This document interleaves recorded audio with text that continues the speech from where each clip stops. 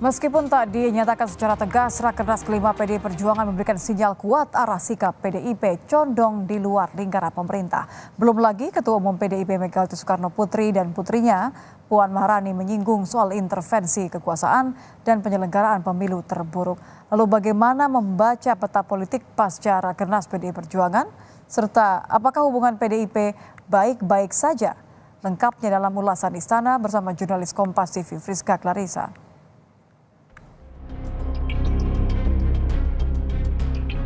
Dengan adanya perilaku kader partai serta melakukan pelanggaran konstitusi dan demokrasi, Rakernas 5 partai menyampaikan permintaan maaf kepada seluruh rakyat Indonesia. Saya kira itu adalah internal partai. Dalam Rakernas kelima PDI Perjuangan, Ketua Umum PDIP Megawati Soekarno Putri berkali-kali menyinggung soal intervensi kekuasaan di pemilu. Putri Mega yang juga Ketua DPP PDIP Puan Maharani pun menangis meminta maaf soal adanya kader tak beretika dan melanggar konstitusi.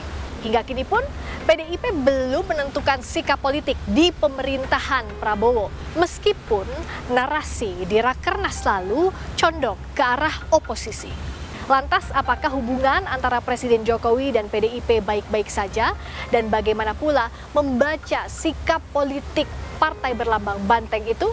Lengkapnya dalam ulasan Istana bersama saya, Friska Clarissa. Sambil terisak, Ketua DPR yang juga Ketua DPP PDI Perjuangan Puan Maharani sempat menangis saat membacakan rekomendasi PDI Perjuangan pada Rakernas 5 PDIP akhir pekan lalu. Dalam pidatonya, Puan menyampaikan permintaan maaf atas perilaku kader PDIP yang dinilainya menyimpang dari etika politik pada pemilu 2024. Tanpa menyebut nama kader yang dimaksud, Puan melemparkan kritik dan menyebut bahwa perilaku kader itu bertentangan dengan ideologi partai dan melanggar konstitusi. Hubungan dengan adanya perilaku kader partai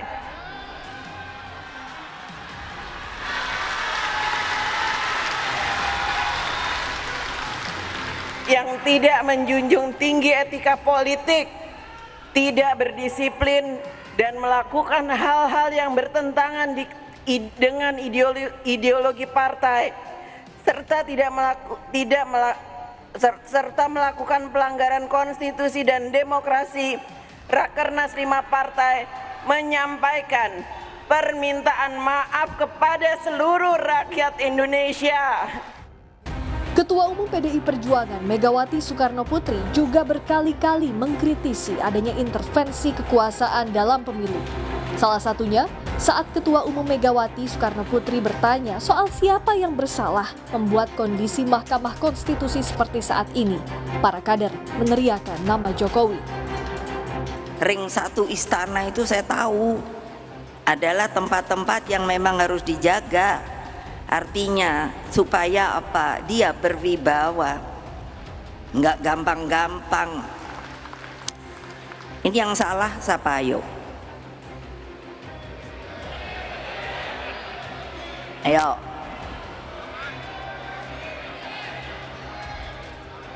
Mbok kalau jadi partai, katanya partai itu kita solid bergerak. Mbok kalau teriak tuh semua gitu tuh, gitu loh. Kok kayaknya masih selalu goyang. Ya kalau siapa yang goyang udah deh nggak usah jadi PDI Perjuangan dah. Soal kritik keras Megawati dan Puan di Rakernas, Presiden Jokowi tak mau banyak berkomentar.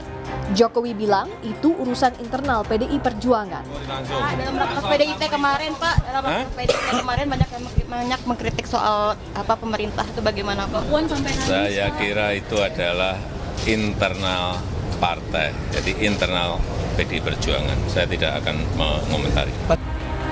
Sementara Wakil Ketua Tim Kampanye Nasional TKN Prabowo Gibran Sylvester Matutina menyayangkan sikap PDIP yang menganggap pemilu 2024 merupakan yang terburuk sepanjang sejarah. Sylvester meminta PDIP mengedepankan pendidikan politik bangsa dengan tidak membuat opini yang memprovokasi. Ini fakta ya, jadi jangan membuat opini yang akhirnya mirip seperti provokator, mengadu domba, dan juga sangat kasihan ya. Maksudnya sekelas Ibu Mega juga seorang negarawan, harusnya ibu pemersatu bangsa, kok akhirnya pernyataan-pernyataannya itu seperti orang kalah yang sedang kalap gitu loh, dan tidak bisa move on, dan tidak satria gitu loh.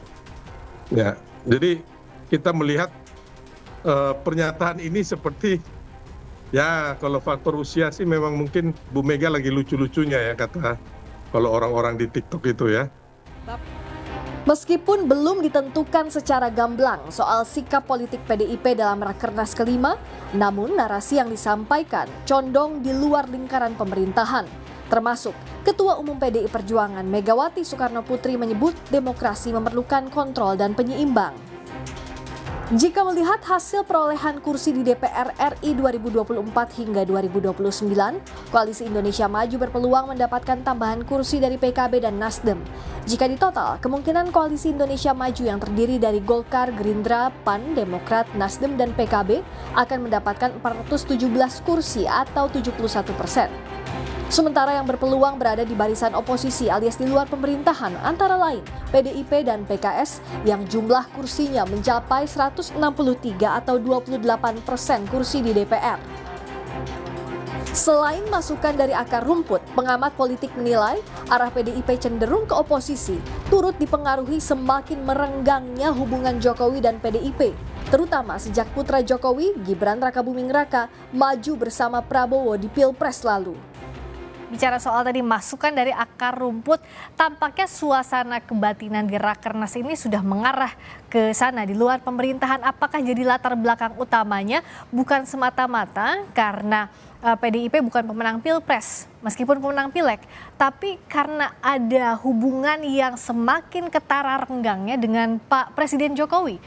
PDIP mempertimbangkan suara-suara ya, masukan dari akar rumput tadi, dan saya meyakini ya akar rumput ini di PDIP banyak yang menginginkan PDIP masuk di luar pemerintahan.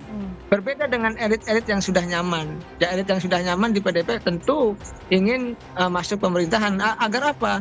Ya agar misalkan kalau punya kasus aman, kalau di pemerintahan tidak dikerjai, kan begitu.